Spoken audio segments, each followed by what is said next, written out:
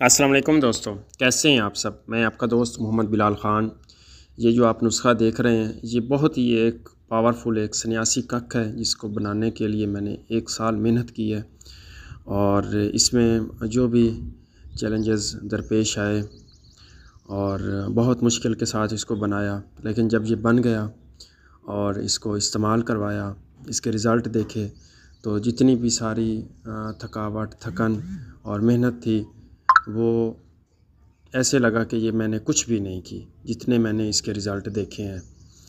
इंशाल्लाह जो भी इसको इस्तेमाल करेगा या जो भी इसको बनाएगा, उसको और किसी भी चीज़ बनाने की ज़रूरत पेश नहीं आएगी। ये एक ऐसा नुस्ख़ा है, एक बार अगर आप मेहनत करके इसको बना लेते हैं, तो फिर आपको ज़िंदगी में और कोई भी चीज़ बनाने की ज़रूरत नहीं है। हर मर्ज़ पे ये काम करने वाला है। सर से लेकर पाँव तक जितने भी अमराज़ हैं, उन तमाम के लिए ये अक्सीर है, कायाकल्प है और इंसान को सही मायनों में ये नौजवान बनाता है और हर तरह की कमज़ोरी पे ये काम करता है। आपको किसी मर्ज़ की कोई तशख़ीस नहीं हो रही, तो आप इसको इस्तेमाल करवा सकते हैं।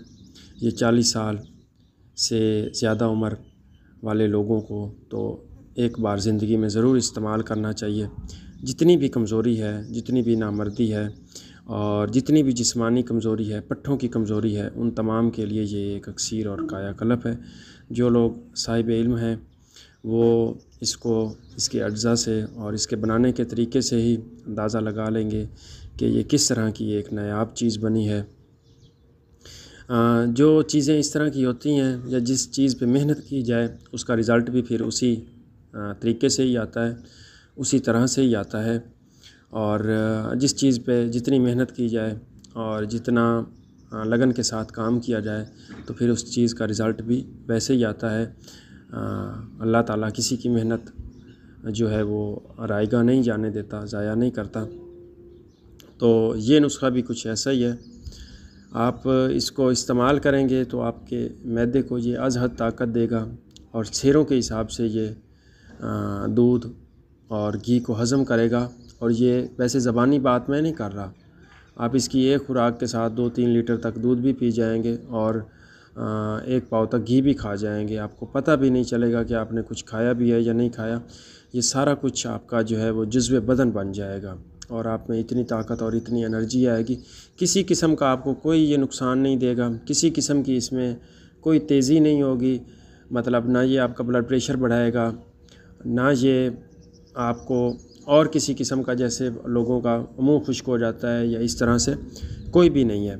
ये जो मैं वीडियो बना रहा हूँ या ये जो मैं वॉइस ऐड कर रहा हूँ, ये सारे मैंने इसके रिज़ल्ट देखने के बाद ही ये मैं आपको चीज़ें बता रहा हूँ। ये नहीं कि ये मैं पहले ही आपको ये चीज़ें बता रहा हूँ।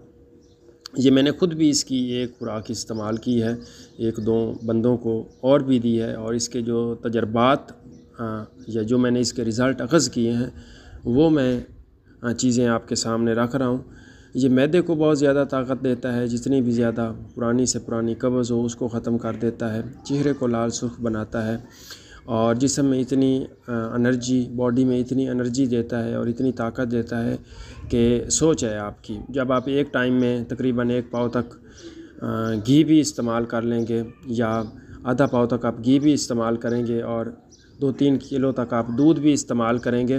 बाकी आप इस दवाई की तो चलो छोड़ दें ताकत को, और ये जो दवाई उस चीज़ को हज़म करेगी, ना आपको वाशरूम आएगा, ना आपको मतलब बिला वजह पेशाब आएगा। तो ये सारा कुछ ही आपका हज़म हो जाएगा, जुज़्व बदन बन जाएगा और इतनी ज़्यादा आपको इस खुराक से एनर्जी मिलेगी जिसका जो है 95% आपको एनर्जी मिलेगी और 5% आपका जो है वो मुश्किल से वेस्ट निकलेगा। इस तरह से ये आपकी खुराक को हज़म करता है और जुज़्व बदन बनाता है। बाकी भी इसमें बहुत ज़्यादा मैंने अफादियत देखी है। अज़हद इंसान को ताकत देता है, पट्ठों को ताकत देता है, और जहाँ तक मेरा अंदाज़ा है कि जिन लोगों को शुगर है, शुगर की वजह से कमज़ोरी आई हुई है, तो उस पे भी ये बहुत हद तक काम करेगा। बाकी इसका जो बनाने का तरीका है, अगर मैं इसकी तारीफ़ करने लग जाऊँ या जो मैंने इसमें चीज़ें देखी हैं या पाई हैं इसमें, तो ये वीडियो बहुत लंबी हो जाएगी। ये मोटी मोटी जो मैंने अपने ऊपर पाई हैं या जो मैंने नोट किया है वो चीज़ें मैंने आपको बता दी हैं। खून की मिकदार को ये काफ़ी हद तक बढ़ाता है और चेहरे को जो है वो सफ़ेद भी करता है, लाल सुर्ख भी करता है और हशाश पशाश भी रखता है। किसी किस्म की इसमें कोई उस तरह की गर्मी नहीं है, ब्लड प्रेशर नहीं तेज़ करता। इसका मैंने कोई भी साइड इफ़ेक्ट नहीं देखा, किसी किस्म का कोई भी इसमें मैंने नुकसान नहीं देखा।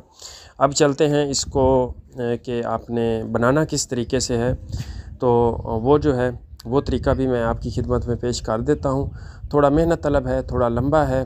अगर आप एक बार इसको बना लेते हैं तो फिर आपको और किसी भी चीज़ के बनाने की ज़रूरत पेश नहीं आएगी।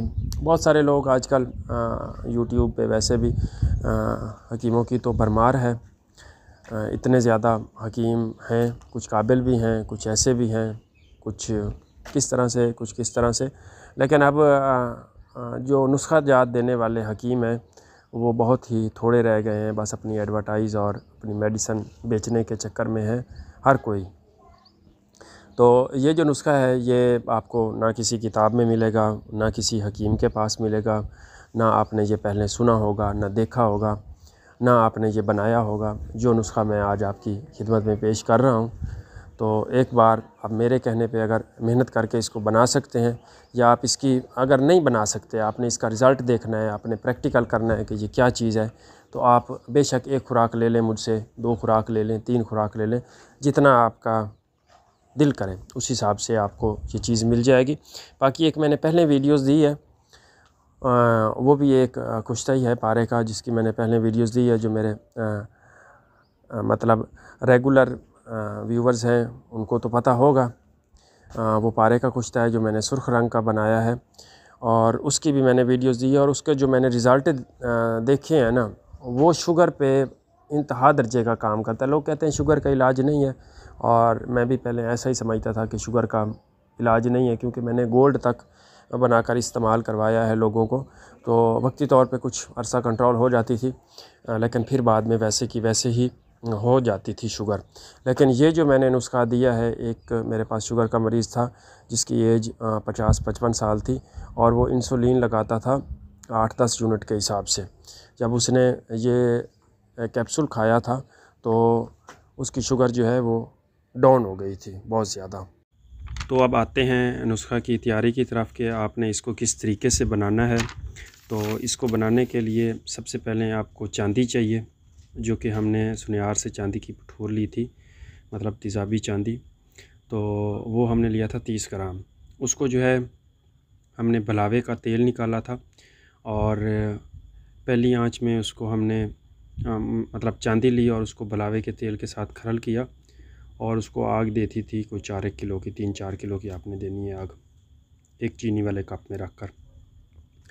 वो एक ब्लैक रंग का पाउडर सा बन जाता है, मतलब चांदी उसमें बिल्कुल तो कुश्ता नहीं होती, लेकिन उसको पुठ आ जाती है। फिर इसी तरीके से हमने उसकी 3 आगें दी थी भलावे के तेल में।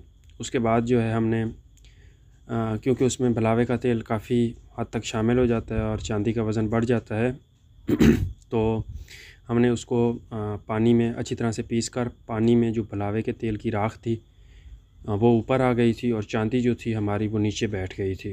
वो बिल्कुल ही एक महीन सा बुरादा, मतलब नीम कुश्ता हमारी वो चांदी थी। तो वो 30 ग्राम हमने इसमें चांदी डाली थी। उसके बाद हमने इसमें जो है लीमू का पानी डाला था। इसमें लीमू के पानी में हमने इसको 3 आगें दी थी। इसी तरह से हरमल के पानी में हमने इसको 3 आगें दी। और हाँ, सबसे अहम बात जो ये है, ये सिर्फ चांदी नहीं थी, इसमें 30 ग्राम चांदी थी, और इसमें जो है 50 ग्राम तक पारा था, और इसमें 50 ग्राम ही जौहर था। वो जौहर क्या था, वो जो हम एक आयल बनाते हैं, तीला बनाते हैं, जिसकी वीडियोज़ आपको मेरे यूट्यूब चैनल इसी पर ही मिल जाएगी। उसमें हम सिंबल फार वगैरह, वर्किया वगैरह इस तरह की चीज़ें डालते हैं, और 30-40 के करीब जड़ी बूटियाँ होती हैं, मतलब रेग माई, जूंद बजस्तर वगैरह और केचवे वगैरह, और बाकी ब्लैक कोबरा होता है, उसके मुंह में उसको भर कर जड़ी बूटियों को उस कजली समेत और उसमें से हम आयल निकालते हैं। वो जो राख होती है, क्योंकि आयल पताल जंतर हल्की आंच पे निकाला जाता है, जो मेरा तरीक़ाकार है, मैं हल्की आंच पे निकालता हूँ। उसके बाद उसमें से हम जो है वो जौहर उड़ा लेते हैं। मतलब वो जो सांप की पेट के अंदर जो होती हैं चीज़ें, जब उसको आग थोड़ी सी तेज़ दी जाती है तो वो उड़ के ऊपर लग जाती हैं, जैसे पारा, सिंबल फार वगैरह। तो वो जौहर था 50 ग्राम, 30 ग्राम चांदी थी और 50 ग्राम हमने ऊपर से इसमें ज़िंदा पारा डाल दिया था। तो ये 130 ग्राम वज़न था सारा ही। तो इसे 130 ग्राम वज़न को सबसे पहले जो 3 आगें दी थी वो हमने लीमू के पानी में दी थी। उसके बाद 3 आगें हरमल के पानी में दी थी, और हरमल में हमने कुचले डाल दिए थे 1 पाव। जब कुचलों का असर हरमल के पानी में आ गया था और उस पानी से हमने इसको 3 आगें दी थी। फिर 3 आगें जो हैं हमने गेखवार, जिसको कुवार बूटी भी बोलते हैं, उसमें दी थी। लेकिन ये कुवार बूटी भी हमने तैयार की थी, पहले तो हमने कुचले में तैयार की थी, मतलब इसी कुवार बूटी के पानी में कुचले डाल दिए थे और वो कुवार बूटी का पानी इस्तेमाल किया था। एक हमने पहले वीडियो दी हुई थी जिसमें सांप की राख डालकर और कुवार बूटी का पानी उसमें डालकर और उसका अर्क निकाला था। तो 3 आगें फिर हमने उससे दी थी, 3 आगें कुचले वाली कुवार बूटी के पानी से, और 3 आगें जो सांप की राख जिसमें से हम पताल जंतर के ज़रिए से तिला निकालते हैं, आधा किलो वो थी। और उसमें गंधक का पारे की कजली वगैरह उसमें मौजूद थी, मतलब निकली हुई नहीं थी।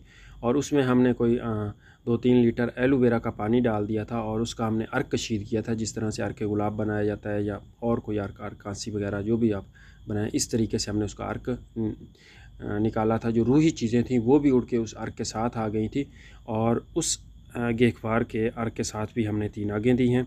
उसके बाद सुहांजने की फलियाँ, वो भी हमने कुचले में डालकर, 1 पाव कुचला था और सुहांजने की फलियों का पानी निकाल कर और 3 आगें उसमें दी थी। उसके बाद 3 आगें लहसुन में दी थी, मतलब लहसुन के पानी में।